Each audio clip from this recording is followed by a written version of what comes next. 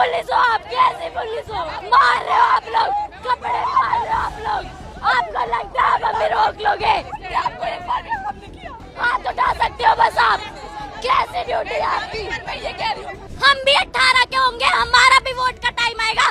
देखते हैं किसे वोट देंगे। एक भी किसी सरकार को वोट नहीं देने के। सारे के सारे चोर हैं, सारे चोर हैं। मोदी चाहते हैं कि हम चाय बेचें, हम भी चाय वाले बन जाएं। फ्यूचर के लिए लड़ना गलत है, अपने फ्यूचर के लिए हमारे साथ जान से मार दोगे ना, मार दो, अभी मार दो। अब बात करने का टाइम नहीं है, अब इस्तीफा दो हमें। एक दिन एक सरकार यहाँ देखने नहीं आई। बच्चों का क्या हाल हो रहा है, उन सर का क्या हाल हो रहा है, उनका इतना वेट कम हो गया, कोई देखने आया? हम पॉलिटिक्स दिखा रहे हैं ना, ठीक है हम दिखाएंगे, तुम दिखा लो, तुम असली हो तो। बॉडी लगभग डिहाइड्रेट हो चुकी है क्योंकि ये रात भर से जमे हुए थे। 11 बजे RAF है, 11:30 का वक्त हो रखा है। हेलो, क्या हुआ? कुछ नहीं है।